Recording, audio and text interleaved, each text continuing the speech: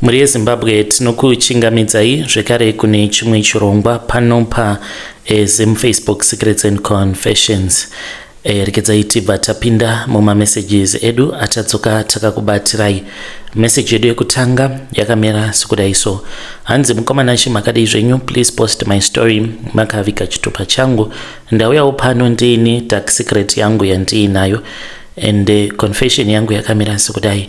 Isusu tiri kugara tiri kuno kumhiri kwemakungwa, so tine imba yedu iyo yatakasirwa nevabereki. Imba iyi it is a family house, but zviri kuitwa pamba ipapo ine hangu handizvifariri.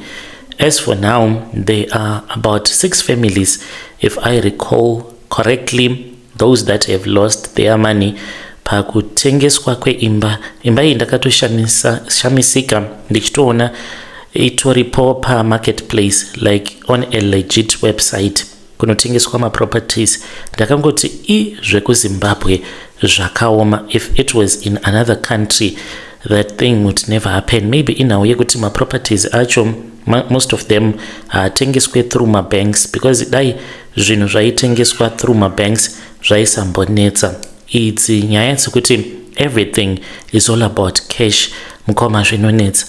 Ndakambonzwa imwe confession yeumwe ainge achiti iye anodhila nemalawyers, saka ndo zvinoita futi hanzvadzi yangu. Ndakatombomubvunza kuti mari yacho amuiguti here, because he has money, ane macompanies kunoku kwatiri kuUK.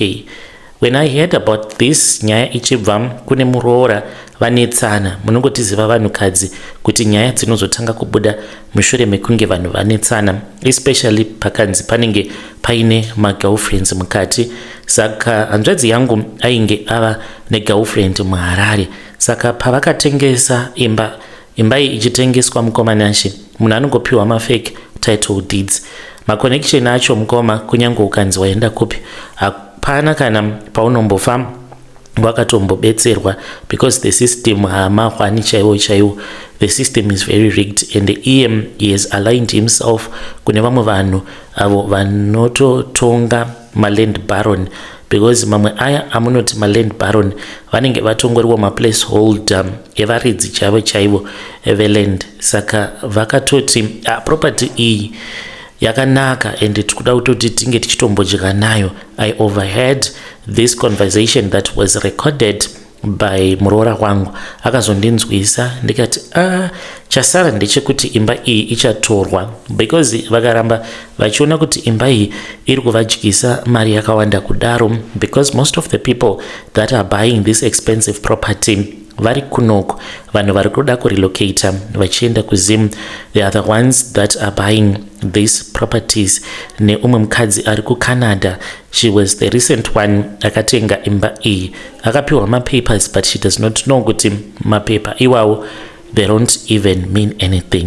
Ndakashamisika. Muroora paakauya kumba akati vatete ndo zviri kuitika, imba inotengesewa. Kana yatengesewa vanhu vanotopiwa mapapers ose zvotonzi imba itori legit, but iye anozodzoka manje.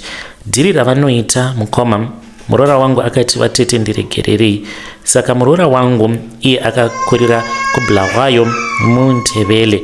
Saka zvavanoita vanoshandisa hanzvadzi dzemuroora wangu, ndo vanohandla the whole process. Saka hanzvadzi yangu painozobudikira anenge achitoita sekunge ari kutoshamisika, and he will be threatening you kuti shamari iwewe ndinotokusungisa uri kutsvakei pamba pangu.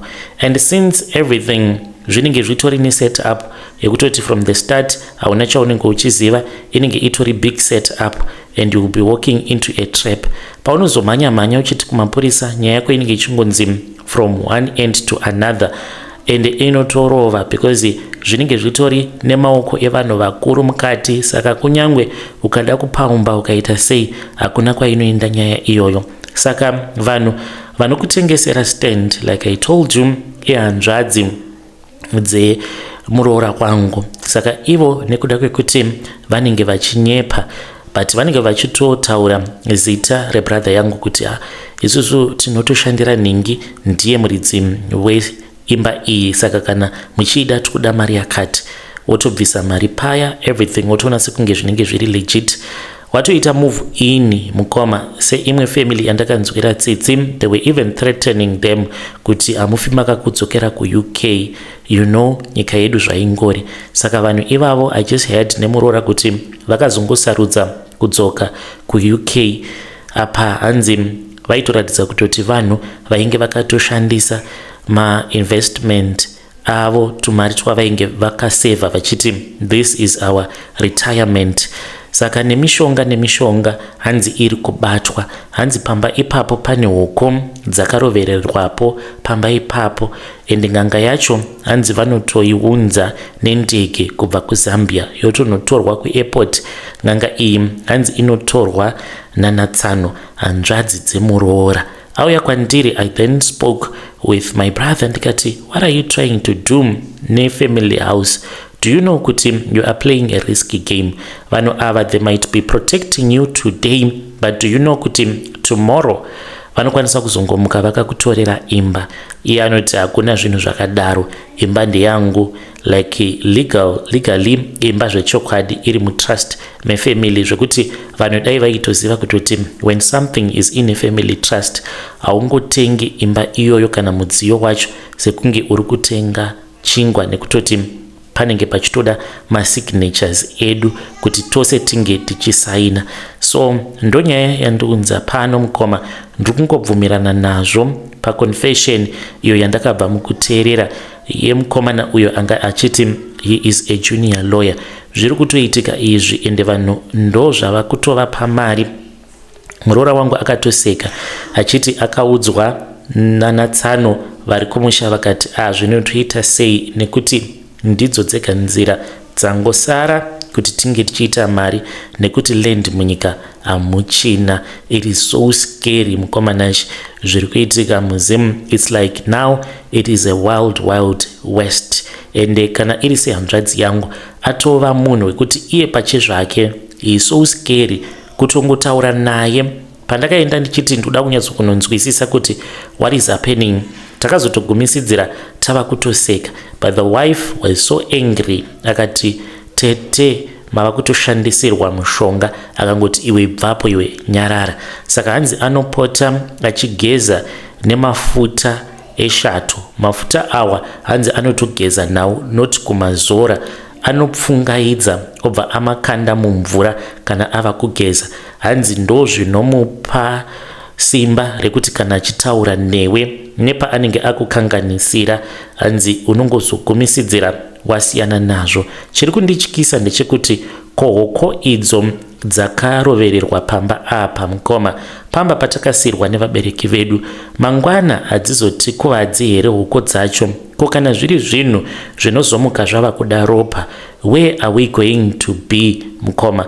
Ndakamboedza kutaurawo nevamwe vehukama vari kuno ku-UK ndikati vedu ngatigarei pasi tuone kuti toita sei. Hoko dziri kunzi dziriko hoko dzakarovererwa pamba. Hoko idzi ndedzekuti macustomers vange vachizouya pamba ipapo kana vaona imba, kana vari vanhu vanenge vaine mari vange vachikwanisa kuzotenga imba iyoyo. Ende kana vava kufanira kuti vange vachibuda vachibvapo pamba ipapo vange vachibva pamba without saying anything, nekuti vanenge vachitodzingwa apa vanenge vakagarwa nezvinhu zvacho izvozvo. Hanzi zvinhu izvi zvinoita sekunge zvinotofamba muchadenga, zvinotoziva kutoti pane munhu ari kutotsvaka imba. Saka mashandiro azvo azvinoita zvinokuvhima, then kana uchida imba uchikwanisa kuitenga imba iyoyo unogumisidzira watosangana nevanhu vanozokutengesera imba inenge isiri kutombotengeswa in the first place. It is a jungle in Zim. When I heard this ndakanzwa kupindwa nechando. Zvino vamwe vemumhuri vanomutya, vanoti zvino kana ari munhu ari kunzi akatoroverera hoko pamba, tikazoita sekunge tinoda kunodzibvisa hoko idzodzo achati mava kuda kundimhanyira pamberi, anopedza kuti uraya. But inini zvivendi ndinazvo, ndaitombofunga nekuronga kuti ndichaenda kuZimu. Kana ndaenda kuZimbabwe mukomana chandichangonoita ndechekuti ndichadzidzura hoko idzodzo. hameno kuti munozvionawo sei. Is it a risky move that I want to do? Vedare ndo message iyo yandakatumidzirwa ichibva kuna vanzvadzi vedu avo vari kuti vari kuUK. Hanzi usati watenga stand muHarare unofanira kutoti ungochitoziva kutoti it's a jungle out there. Zvakaoma hazvo vedu we. Strategy yacho yapakaipa kukuzoshandisa mishonga. Hanzi pamba apa panotombopota pachitoya ng'anga. Ng'anga iyoyo inotobva kuZambia nendege ichiuya muZimbabwe. Yo zvakangoma hazvo vedu we. Ngatitaurei navo mucomment section. Regedzai tibva taenda panyedu inotevera. Nyedu inotevera yakamira sekudai so.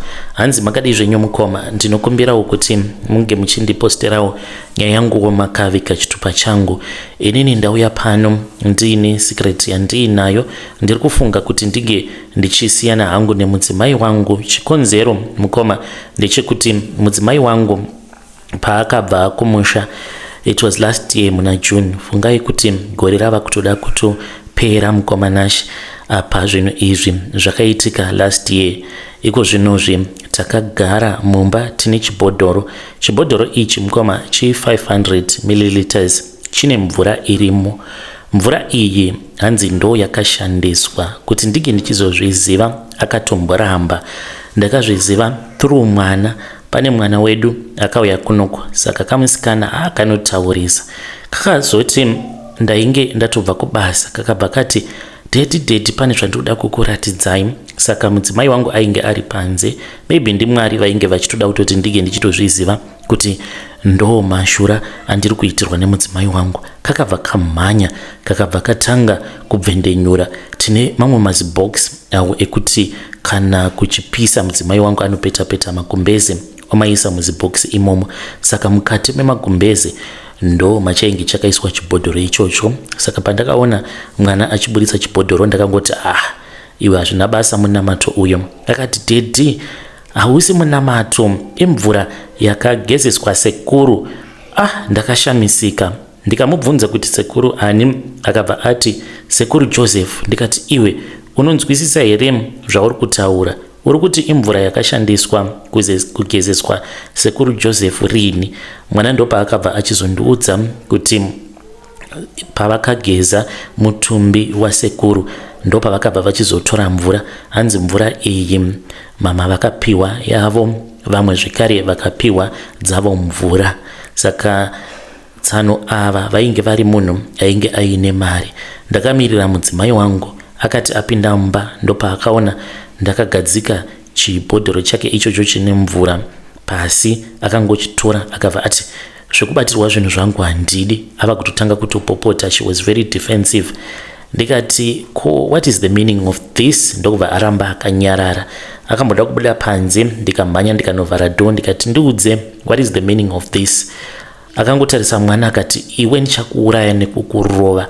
Ndopa akabva achizondiudza kuti mvura irimo muchigubhu imomo imvura zvechokwadi iyo yakashandiswa pakugezeswa kwechitunha chehanzvadzi yake.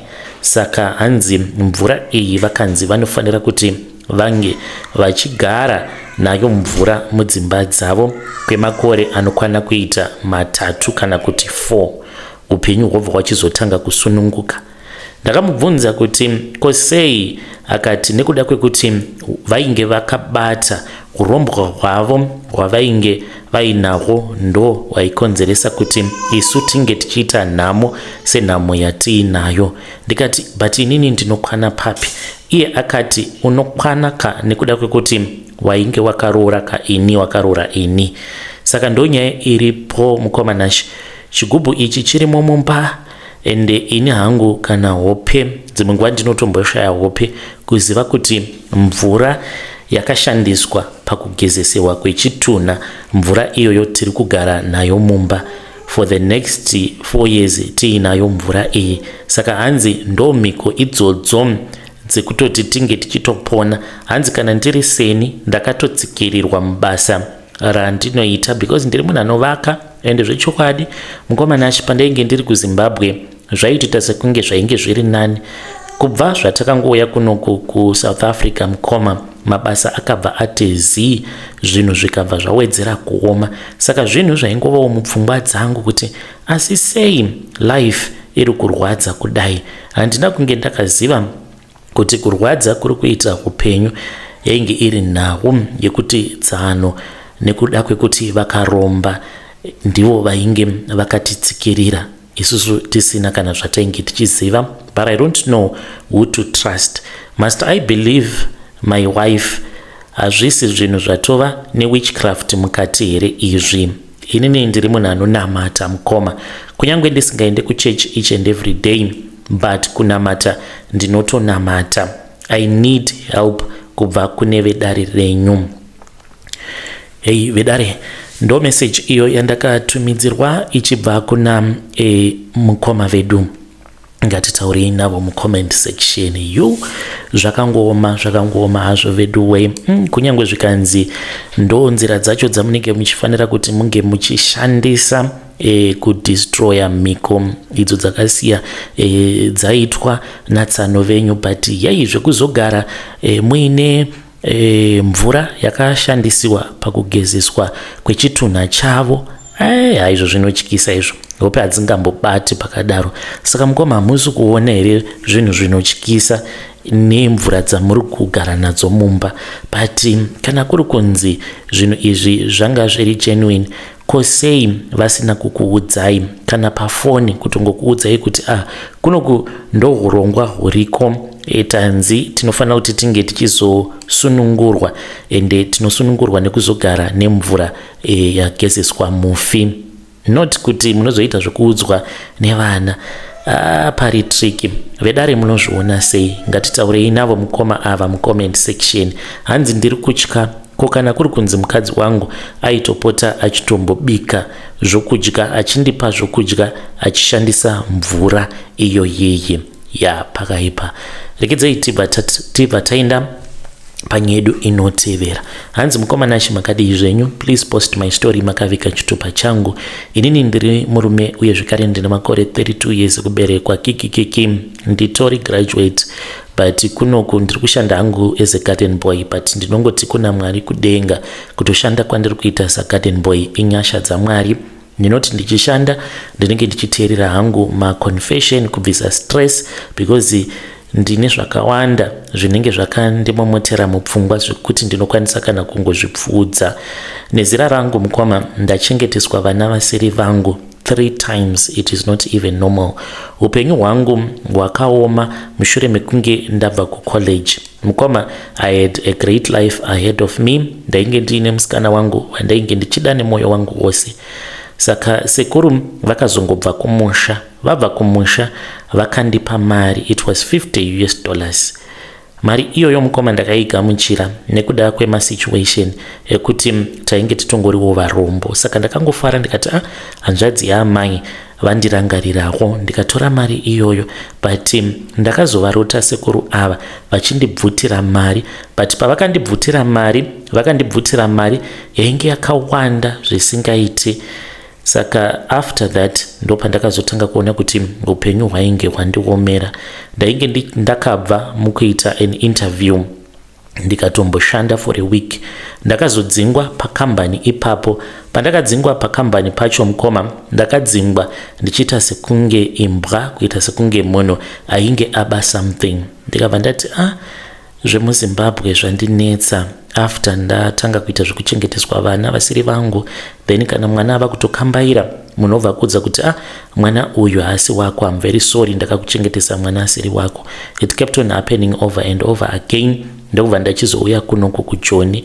Kubva zvandakauya kunoku kuJoni mukoma, munongoona kuti makwikwi. Vamwe takangoperekedza vanhu kuya kunoku kuJoni.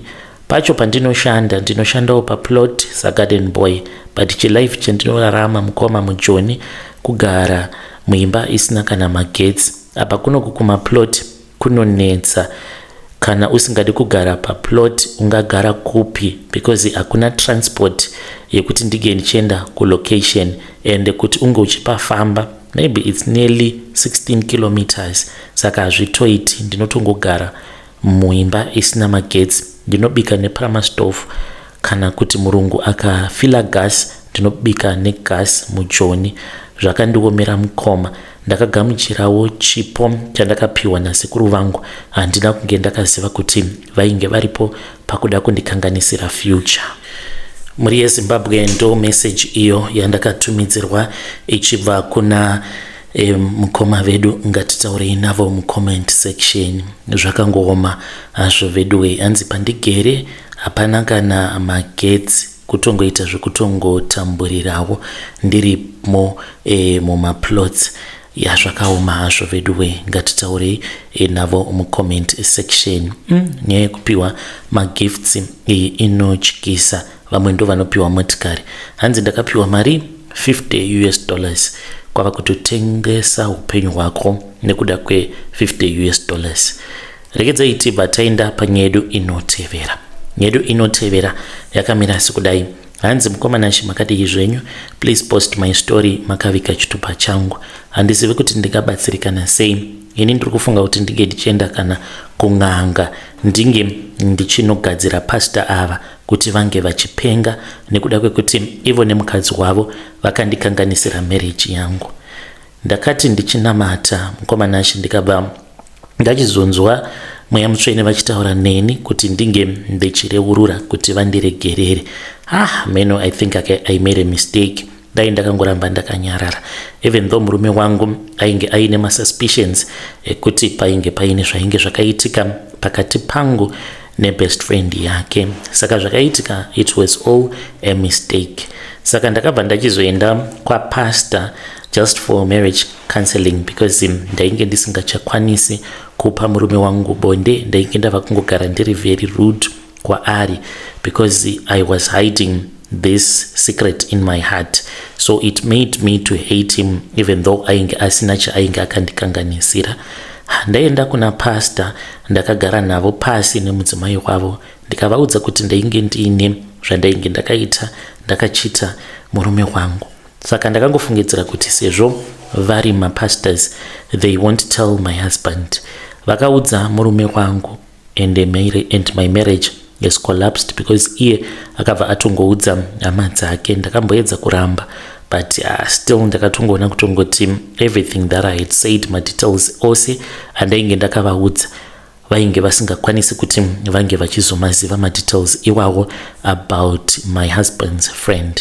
So as things as they are standing right now, ndiri kutotsika madziro ndikuti hainini zve-divorce handisi kuda, imba yangu ndichiri kuida, but murume ari kuti ndichadi. And akatoudzwa kutoti Bible rinoti unofanira kuti unge uchiramba mukadzi wako. Kana kuri kunzi marriage yangu if it collapse, ndoda kuti upenyu hwavo mukoma hunge huchioma zvekuti vanosvika pakunhonga svosve nemuromo mumba vachishaya zvokudya. Kunyange zvikanzi ndaenda kumagumo kwenyika kuti ndinge ndichinosangana nen'anga ichavagadzira, this one I am sure, because my marriage has collapsed because of these people. Kwavakadii kungonyarara, sure vangabva vanoudza murume wangu direct secret inoparadza kudaro. Ndiri kurwadziwa mukomanashi, handidi kukunyeperai. Kana mukaposta nyaya yangu muzondizivisa, mundipa zvekare link, ndichange ndichizotevererawo ndiri mucomment section. Yei vedare ndo message iyo yandakatumidzirwa ichibva kuna vanzvadzi vedu. Ngatitaurei navo vanzvadzi vedu ava mucomment section. Hanzi marriage yakatoparara. Voita sei? Hanzi kunyange zvikanzi ndaenda kumagumo kwenyika, vamufundisi ndikuda kuti ndinge ndichivagadzira vaomerwe neupenyu. Ukanzwa munhu achiti ndinoda kuti unge uchisvika pakunhonga svosve nemuromo, panenge pakaipa, zvinhu zvinenge zvisina kumira zvakanaka. Regedzai tibva taenda panyedu inotevera. Nyedu inotevera yakamira sekudai. Hanzi mukomanachi makadii zvenyu, please post my story makavika chitupa changu takazombomhanyiswa nechipoko. This happened when I was 24 years. Iko zvino zvindiri mudzimai ane makore 36 years ekuberekwa, ndine vana vangu vaviri and I am happily married. Saka takakurirawo muGlenora. Handifi ndakakanganwa mukomanachi zvakaitika. Pane rufu rwakaitika muParadise Saka kudheni zvinhu zvainge zvakatongooma, taitongobuda pamba makuseni totongonoswera tichitongonongwava tozodzoka usiku. Ende pamba pedu vanhu vainge vatova nesystem yekuti anenge awana zvimari aitongotenga chitakeaway chake otongodya ariko ikoko kwaanenge ari, because mudhara vangu vaiva nevana vakawandisa. Saka baba vangu vakazoshayika, pamba pakangosarawo pakangoita manyama amire nerongo, umwe noumwe ainge achingoita zvaainge achinzwa kuda. Saka ndakabva ndachizoenda nesista yangu patakanzwa zvinzi kuParadise kwaita mariro. Taitova nemafriends aho atainge tichitowirirana nawo, because tainge tatova chigenga ko muHarare makazara vanhu vanoba, vanongoita zvekungoba panhamo, because panhamo vanhu vanenge vakarelax and they will be trusting everyone. Saka takaudzwa kuti kuParadise kwainge kuine rufu kwava kuenda kuya. Tasvikako mukomanhashi takatanga kumiramira, because taitofamba nemazambia edu mumabhegi. Saka takasvikawo tikawana kuti painge paine vanhu vakawanda, tikatongopindawo muvanhu tikabva tatongoenda kumapoto, tikatotanga kutobika paya tichitoimba tirimo muvanhu. Nguva yakazoti yakwana tainge tava kupinda mumarooms akasiyana siyana tichitarisa kuti mafoni haufa. Saka takabva tarova mafoni tikaba nemafuta mukoma. Takazotiza wainge kuri usiku, tava kutanga kudzoka kumba. Takati tichifamba ndopatakaona kuti kumberi kwedu kwainge kuine munhukadzi. Apa munhu ainge afa parufu ipapo patainge taba mafoni ainge ari munhukadzi. Takaona kuti kumberi kwedu kwainge kuine munhu ainge akamira akapfeka zvinhu zvewhite.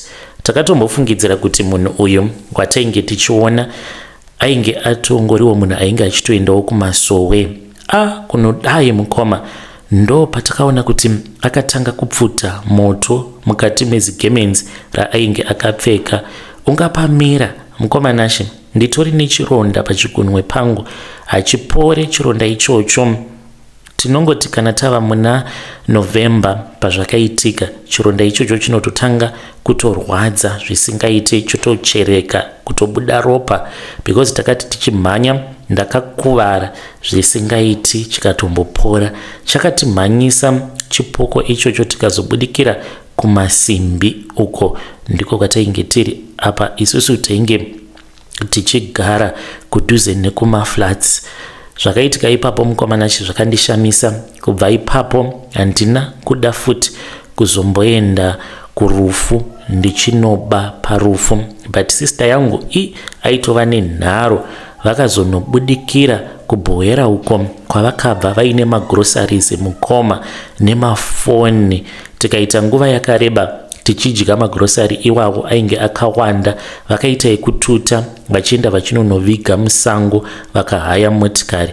Ende ivo vakati hanzi vakasiya parufu pasina kana chikafu, vakangosiya macabbage, vakaba mafuta, because hanzi painge pakatengwa makatoni, vakaba chikafu. Tikaita nguva yakareba tichidya chikafu ichocho mukoma. Isikireti yekuti kana murume wangu haafaniri kuti ange achiziva.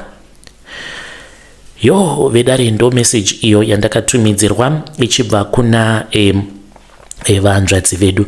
Zvakangooma hazvo vedu we pakaipa. Hanzi takasangana nechipoko chikatimhanyisa tikazobudira kumasimbi. Apa tainge tichifanira kuti tinge tichienda kumaflats kwataigara. Shuwa kutoita mission yekuti imimi basa renyu ramunongoita nderekungofamba muchingoba panenge paine rufu. Hanzi kana pari panhamo hakuna anotarisa kuti munhu uyu tinomuziva here kana kuti hatimuzivi. Hanzi vanhu vanenge vangori busy parufu, vanenge vachingoti zvimwe kuda munhu wemuraini, zvimwe kuda munhu uyu ndewemuraini. Ngatitaurei nezvayo nyaya iyi mucomment section.